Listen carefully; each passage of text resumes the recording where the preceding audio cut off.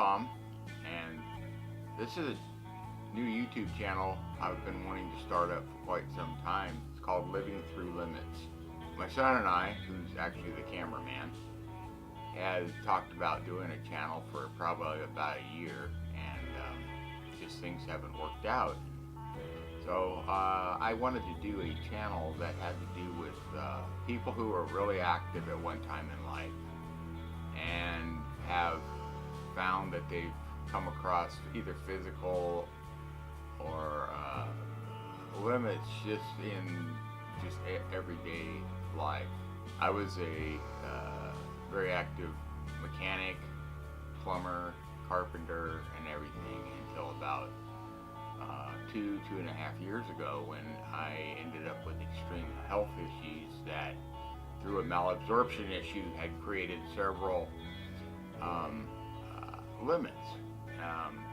One of them, I spent 7 months in a wheelchair and then to a cane and walking sticks, and now I can walk, but as my son refers to me, as I hobble. But I wanted to really bring forth that we can do things, we can find things in life that allow us to do things maybe not like we did when we were younger at other parts of our lives, but we can do them now. I extremely enjoy woodworking, but I can't stand all day. I'm limited to probably usually an hour. Maybe I can get by with 3 hours of being on my feet, and then I have to go either lay down, sit down, get my feet up. This was all due to a weight loss surgery I had back in 1988.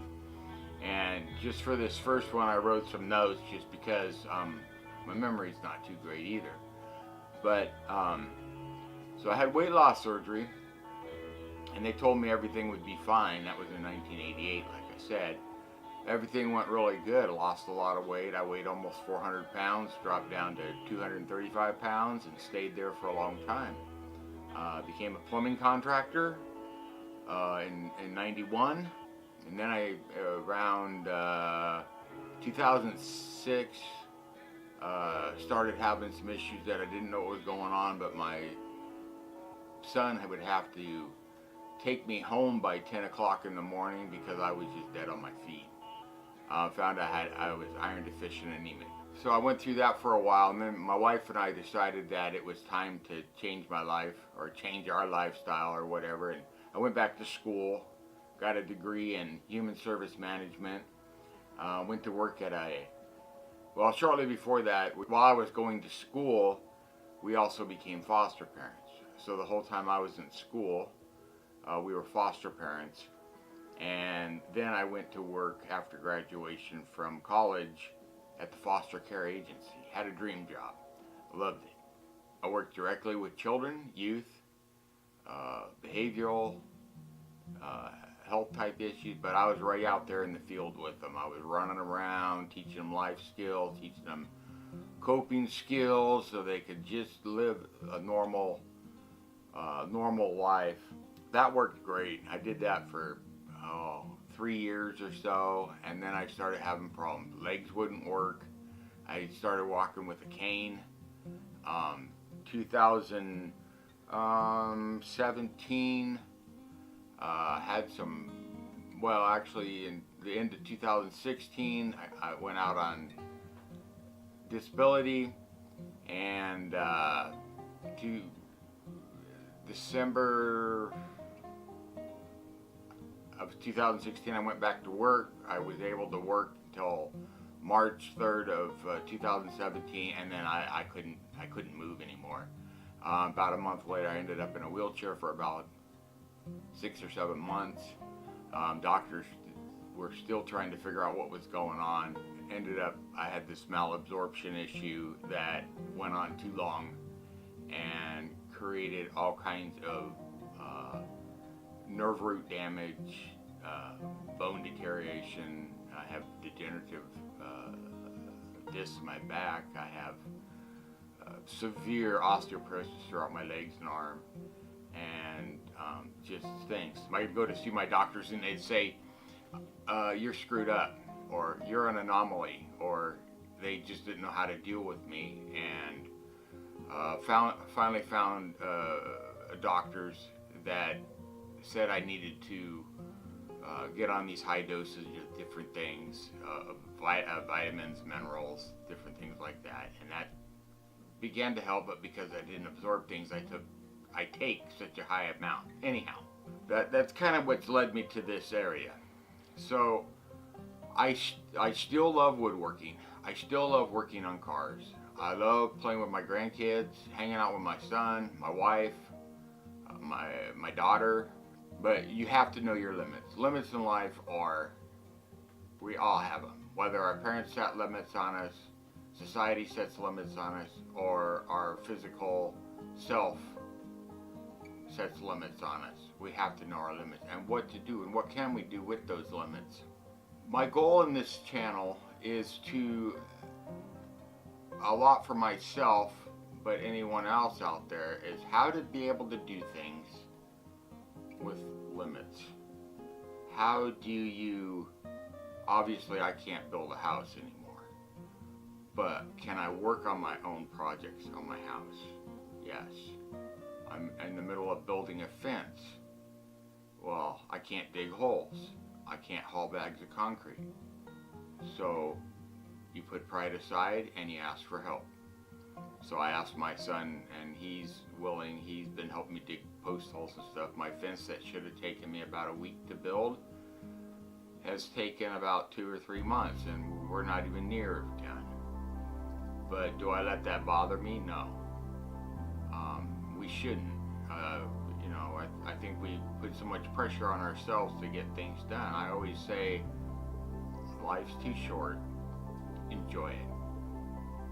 So what I'd like to do is show you some of the projects that I have that are in the working that I'm gonna cover as we go through this channel.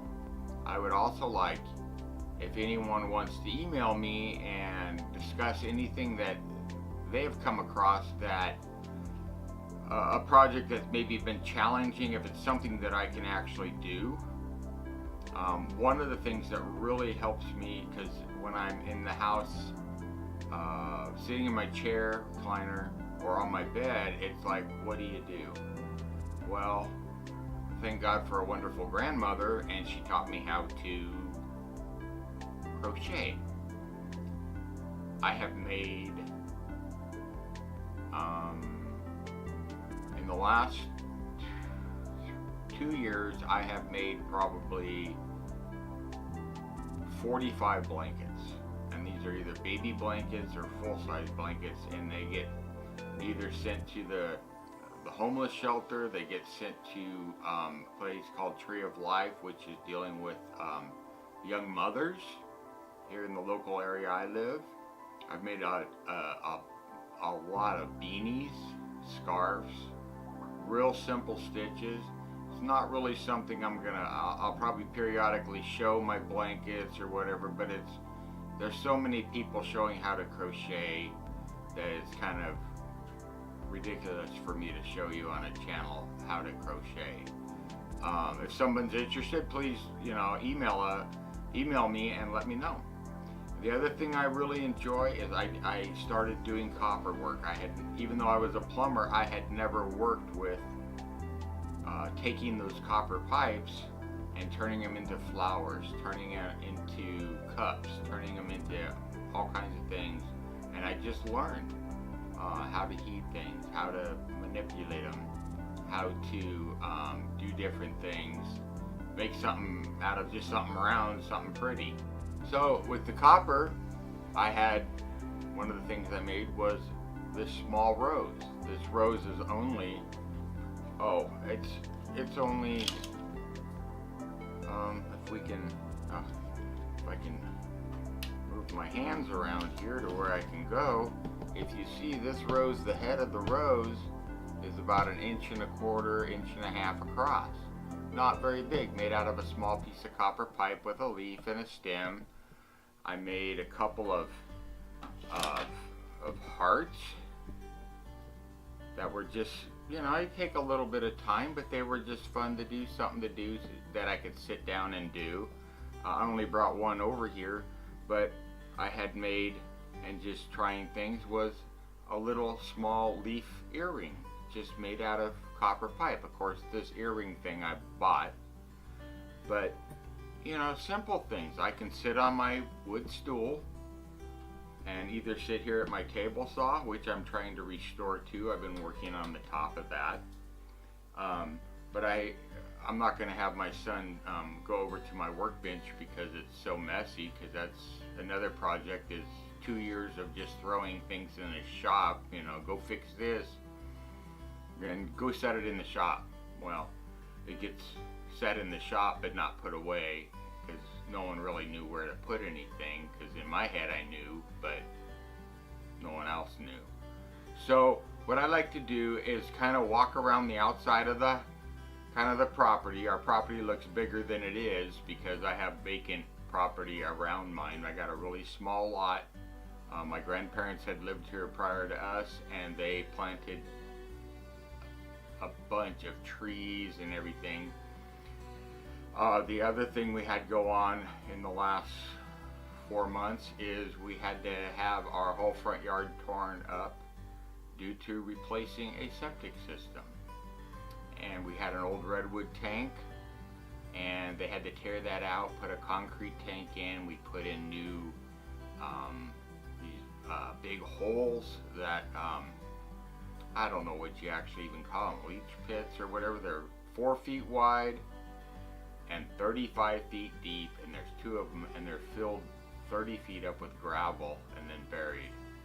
And we had an excavator in the front yard with a big drill that would drill these 4 feet that took up my whole front yard, and it pretty much tore up my whole front yard. The only thing that was saved really is my front deck, and I keep turning that way because I have a window, so I'm sorry, because I looked at my deck.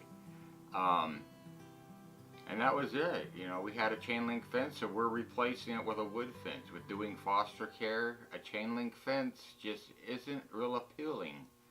A wood fence is kind of comforting and stuff, so I'm putting in a the boards are redwood, the structure, a lot of it is treated wood and things like that. So I think at this time we will kind of walk a little bit outside, kind of go over some of the projects I want to hit. We're back out in my yard now, or we're out in my yard now. One of the things I wanted to show is that we have to redo is right over here. I have a new set of steps I got to put on. When the excavator came in, he was so wide that he actually ran over my steps, and so I have to rebuild those. There's a gate right there going to my deck. Luckily, there's another gate, but we have to redo the steps. The other thing is, if you turn over here, we started this fence, and now the fence has to have the boards. It still has a top rail. It's going to have a pergola here at that gate, and then over here there's going to be another gate with a set of steps. Now there was a rock retaining wall there that in order to get the excavator in here, they had to tear a lot of the rocks out. So instead of just putting the rock wall back, we're going to actually put in a set of stairs that leads into a nice walkway. My wife gets finally her garden area, seating area, and everything in our front yard. So we have to build all that. Now, when you're moving rocks, and the rocks weigh anywhere from 5 pounds to 150 pounds, and you're limited by only being able to lift 5 to 15 pounds, what do? You have to improvise and live within your limits. So you either get somebody to help you, or you use what's called a hand truck, hand dolly, and you wheel those things around. When I was younger, I would just pick them up and carry them. Now, with my spine being kind of destroyed, I don't pick any of that stuff up. So that's a couple of the projects here. And then if back behind here, if we kind of pan back to our chicken coop, even though my wife said don't show the chicken coop, the chicken coop needs a new roof. So I have to do a roof And the roof, you have to get on the roof to do it. So now you have to figure out safe ways of doing that and not get injured doing it. The other thing is this whole yard needs to be cleaned up. Okay, it's a slow process. It took many years to get messy, but when they came in to excavate it, the guys, the work crew came and they just moved a bunch of stuff, but nobody put it where it needed to go. I also have, for being a plumbing contractor, I have many years of like plumbing fittings, all kinds of materials that sit towards the back. I have to get rid of all that. Obviously, I'm not going to be doing plumbing anymore. So we have those projects. We have staining of decks to do and all that kind of stuff. So I want to show how each step goes, how you can do it and still live within your limitations. I want to thank you for watching this video. Please subscribe to my channel. Hit the little bell button or the bell symbol or whatever so it'll notify you. Hit the thumbs up, thumbs down, hopefully a thumbs up. And I hope to see you on the next video.